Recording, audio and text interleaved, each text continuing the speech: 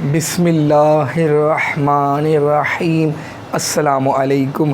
I am Professor Hassan and you are watching my channel Professor Hassan Humayun. PPSC Punjab Public Service Commission has announced 16 seats of statistical officer, and that is a golden chance for the candidates to pass the written test and get the government job. Alhamdulillah, we have started for the preparation of that written test, and today it is lecture number 4. Before starting today's vital and essential lecture for you, I request everyone subscribe to my channel, like and share my channel, and click the bell icon for the notifications of the next important videos. Let's start. Question number 1 of today's lecture is, for a family expenditure data, the suitable diagram is, if you want to distribute the family expenditure, you spent on chicken, you spent on rent, you spent on fee, etc., then pie chart will be the most suitable graph. The options are A, scatter diagram, B, bar diagram, C, histogram, D, pie diagram. Pie chart, pie diagram will be the suitable option. That will be the correct option in the exam. Question number 2.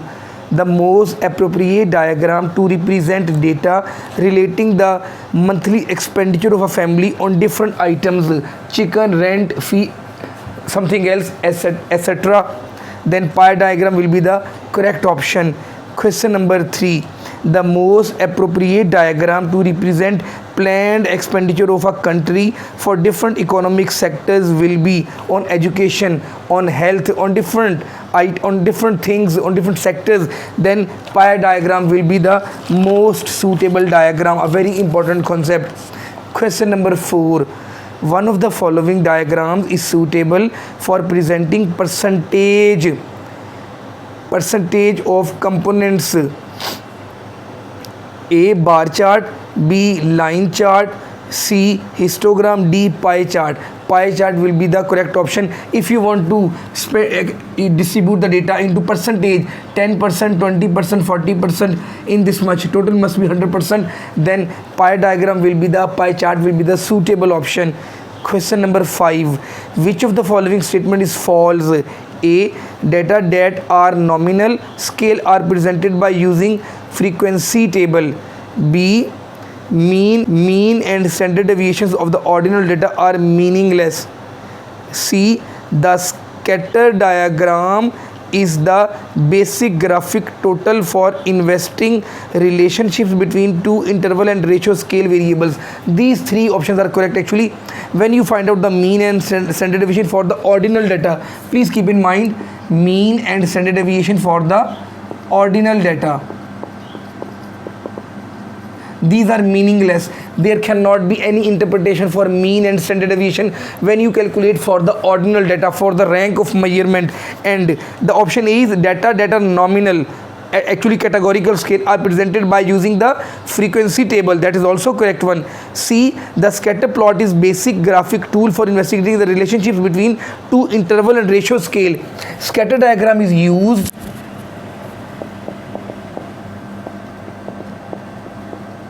for interval and ratio scale, actually for the quantitative data.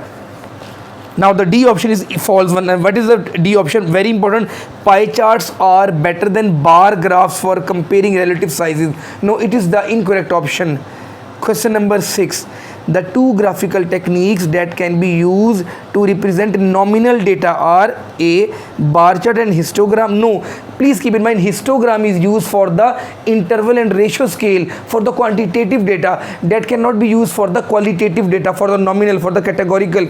These are the basic concepts. I will revise again and again in every question.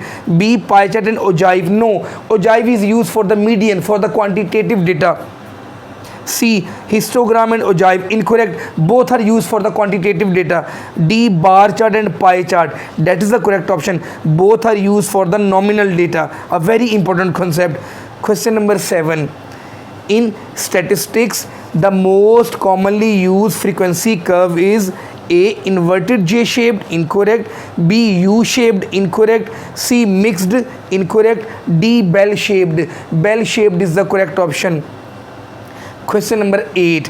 When the total frequency of a distribution is increased indefinitely and class intervals are made very small, frequency is increasing and class interval is becoming small, the frequency polygon takes the following form: A, ogives, incorrect; B, histogram, incorrect; C, frequency curve. When the frequency is increasing and the class interval is decreasing, then the frequency polygon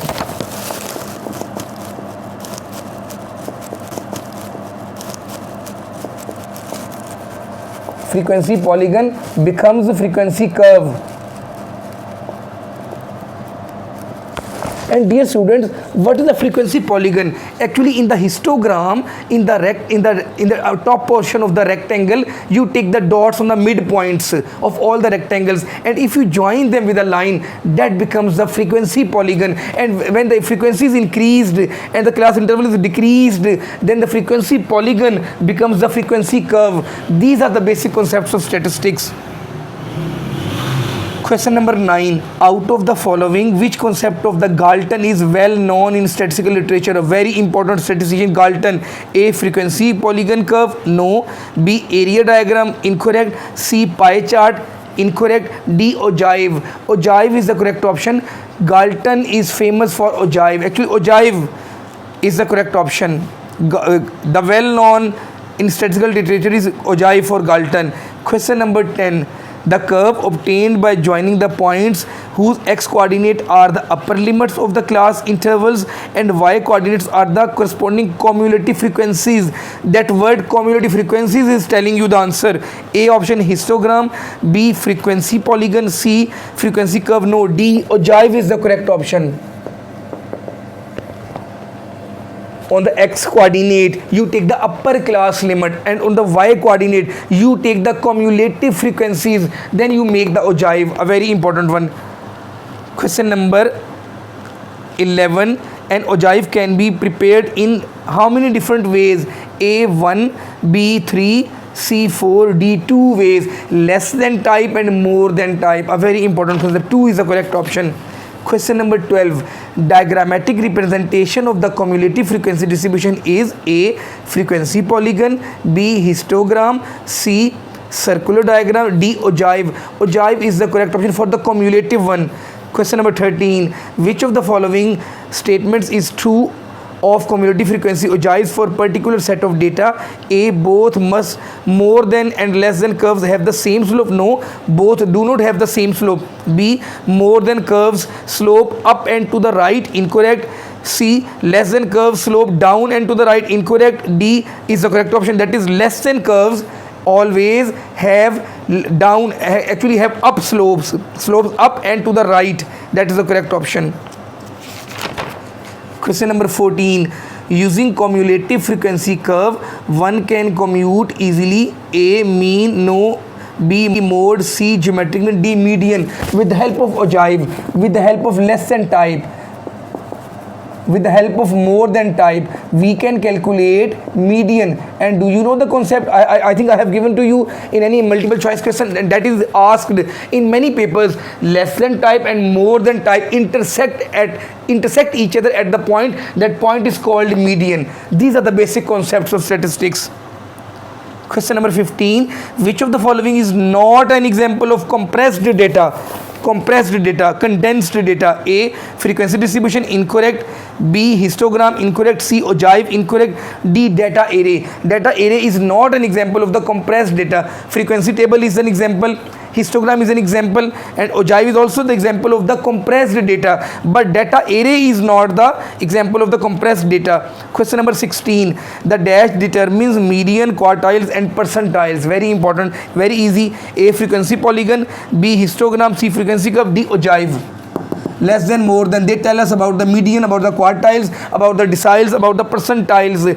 Question number 17. The curve which is specially useful in graphically estimating percentile is A, frequency curve. B, frequency polygon. C, normal curve. D, ogive is the correct option in the exam. B, the area in a rectangle depends only on the number of items in the class as compared to the number of items in all other classes. Incorrect. C, the rectangles are proportional in height to the number of items falling in the classes. Yes, that is the correct option. Question number 29. The difference between a histogram and a bar chart is very important. Is that A, the histogram reflects qualitative data? No, incorrect. We have discussed it is used for the quantitative, while the bar chart represents quantitative data. No. B, the adjacent rectangles or bars in a histogram have a gap? No, in histogram we have no gap, while bar chart do not have any gap. C, the histogram reflects both qualitative and quantitative data, while the bar chart represents only qualitative data. Incorrect. D, that is the correct option. The adjacent rectangles bars in a bar chart have a gap. If you make the bar chart,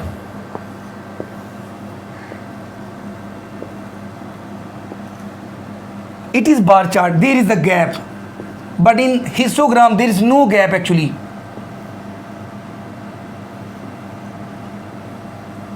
That is the correct option. In bar charts we have gaps, but in histogram we do not have gaps. A very important question.